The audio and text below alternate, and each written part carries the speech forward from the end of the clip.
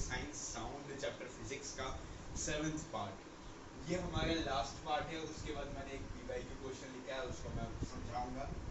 उसके बाद एक चीज़ और है, देखो मैं आपके लिए मेहनत करता हूँ, आपको भी कुछ मेहनत करना पड़ेगा।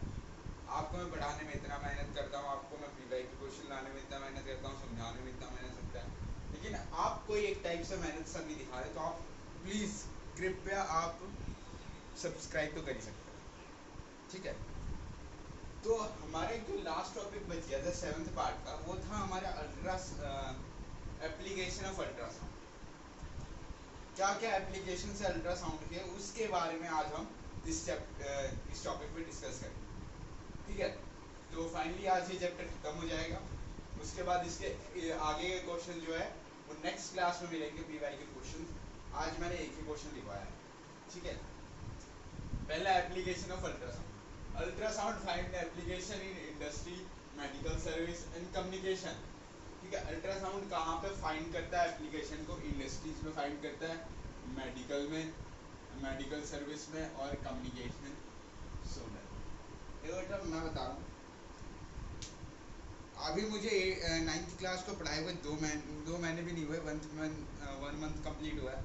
और मैंने देखा है कि कई सारे बच्चे ऐसे हैं जो अदर स्कूल से, जिन्होंने मेरा पढ़ के, मेरे खुद वीडियोस पढ़ के, खुद नोट्स मेरे पढ़ के, उन्होंने कम से कम अच्छा अचीवमेंट किया है, गुड अचीवमेंट किया है अपने एग्ज़ाम्स में। तो किसी के आए कभी 40 में से कुछ 35 समथिंग, किसी के 25। तो अच्छा, मतलब पढ़ा तो मैं सही रहा हूँ, बस आपको अपना एफर्ट डालना। वो बच्चा मेरे से पढ़ा था, उसने अपना एफर्ट डाला और वो गुड स्कोर किया है। नोट्स आपको लास्ट में मिलेंगे, या आपको मैं दे दूंगा डिस्क्रिप्शन पे लिंक, वहाँ पे जाकर के टैप कर लेना। एडोब एक्रोबेट का प्रोफाइल खुलेगा वहाँ से जाकर के पीडीएफ डाउनलोड कर लेना, ठीक है। अल्ट्रासाउंड फाइंड करता है एप्लीकेशन इंडस्ट्रीज में, मेडिकल सर्विस में और कम्युनिकेशन सोनर में। ये तो सब मुझे आ गया। सोनर स्टैंड होता है साउंड नेविगेशन और रेंजिंग में। तो सोनर इसलिए स्टैंड होता है ना, ये है सोनर। अगर आप ऐसे लिखोगे,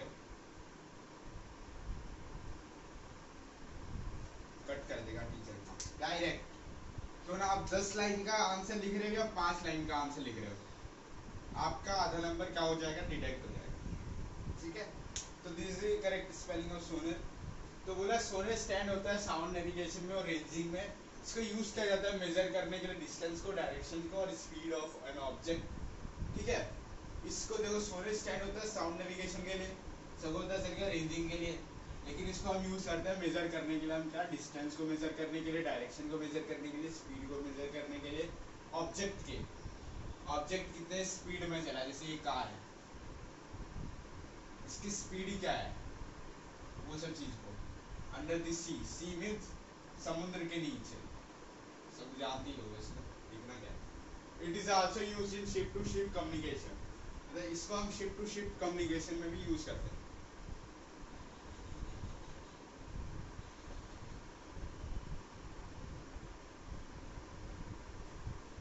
ठीक है। इसको हम शिप टू शिप कम्युनिकेशन में भी यूज करते हैं।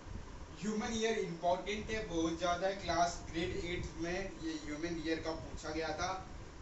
आपने ग्रेड 8 में ह्यूमन ईयर का शॉर्ट में पढ़ा था, बट ह्यूमन ईयर का जो डायग्राम है वो मैंने अपने प्रोफाइल पे अपलोड कर दिया है। वहाँ पे जा करके आप उसमें जा करके टैप जैसे करोगे आप मेरी आईडी पे, वहाँ पे जाना सिंपली, और वहाँ पे जा करके आप कम्युनिटी पोस्ट में जाना और आपको वहाँ पे दिख जाएगा। मैंने पूरा ईयर का डायग्राम एक्सप्लेन करके, फुल्ली एक्सप्लेन करके अपलोड कर रखा है, आप वहीं से बना सकते हो, ईजी है।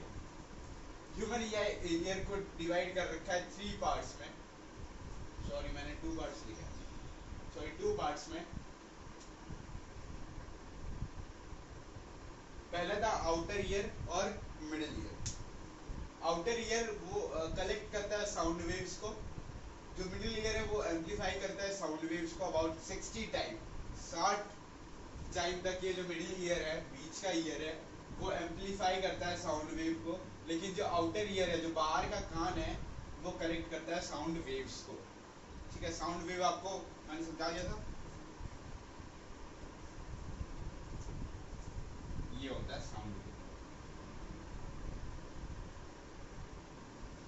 वेव। देखो एक चीज़ और है, अगर आपको इस चैप्टर में कहीं भी डाउट सा लगता है तो मुझे कोई ऐसा प्रॉब्लम नहीं है कि मैं सिलेबस आगे बढ़ाता जाऊँ, कोई प्रॉब्लम नहीं है। ये अभी तो आपके UT1 भी नहीं हुए होंगे, ना कोई अभी एग्ज़ाम्स हुआ होगा, ठीक है। कई कई स्कूलों में अभी पहला एग्ज़ाम हुआ होगा, तो कोई जल्दबाजी नहीं है कि बढ़ाते जाओ सिलेबस। आपको पीछे का भी थोड़ा डाउट है तो आप कमेंट में पूछ सकते हो, या आपको साउंड चैप्टर का ही पूरा डाउट है तो आप बता सकते हो, वहाँ पे एक्सप्लेन मैं कर सकता हूँ। जो इनर ईयर होता है, जो कन्वर्ट करता है एम्पलीफाइड साउंड को एनर्जी में इनटू इलेक्ट्रिकल एनर्जी, और वो कन्वे करता है ब्रेन एज नर्व से कन्वे कर देता है, ठीक है, फॉर देयर इंटरप्रिटेशन, ठीक है, समझ गए। जो इनर ईयर है वो क्या करता है, कन्वर्ट करता है एम्पलीफाइड साउंड को, साउंड एनर्जी को, किसको, साउंड एनर्जी को इनटू इलेक्ट्रिकल एनर्जी में। ये पक्का पूछेगा कि इनर ईयर क्या कन्वर्ट करता है एम्पलीफाइड करके, तो लिखेंगे inner ear convert sound energy into electrical energy and conveys it to brain has nerve impulses for interpretation. समझ गए। अब एक पीवाईक्यू क्वेश्चन है, बहुत इजी क्वेश्चन है। ये क्वेश्चन आपको एजे में अपलोड कर दूंगा, आप अभी समझ लो क्या क्वेश्चन क्या है, समझ लो एक बार। Does sound follow the same laws of reflection as light does, explain 3 marker question. बोल रहे जो साउंड है वो फॉलो करता है सेम लॉ जो लाइट फॉलो करती है, लॉ ऑफ रिफ्लेक्शन। जैसे angle I, angle of incidence is equal to angle of reflection, वैसे ही साउंड का भी कुछ ऐसा ही सेम करता है फॉलो। तो हम लिखेंगे yes sound follow the same laws of reflection as light does. We can say that because here the direction in which the sound is reflected make equal angle. देखो सेम यहीं पे आ गया main answer, तो यहाँ पे main answer बोला क्या है कि हाँ साउंड फॉलो करता है same laws of reflection light से, लाइट की तरह, लेकिन हम कह सकते हैं कि क्योंकि जो डायरेक्शन है जिसमें साउंड रिफ्लेक्ट करता है वो बनाता है इक्वल एंगल। जैसे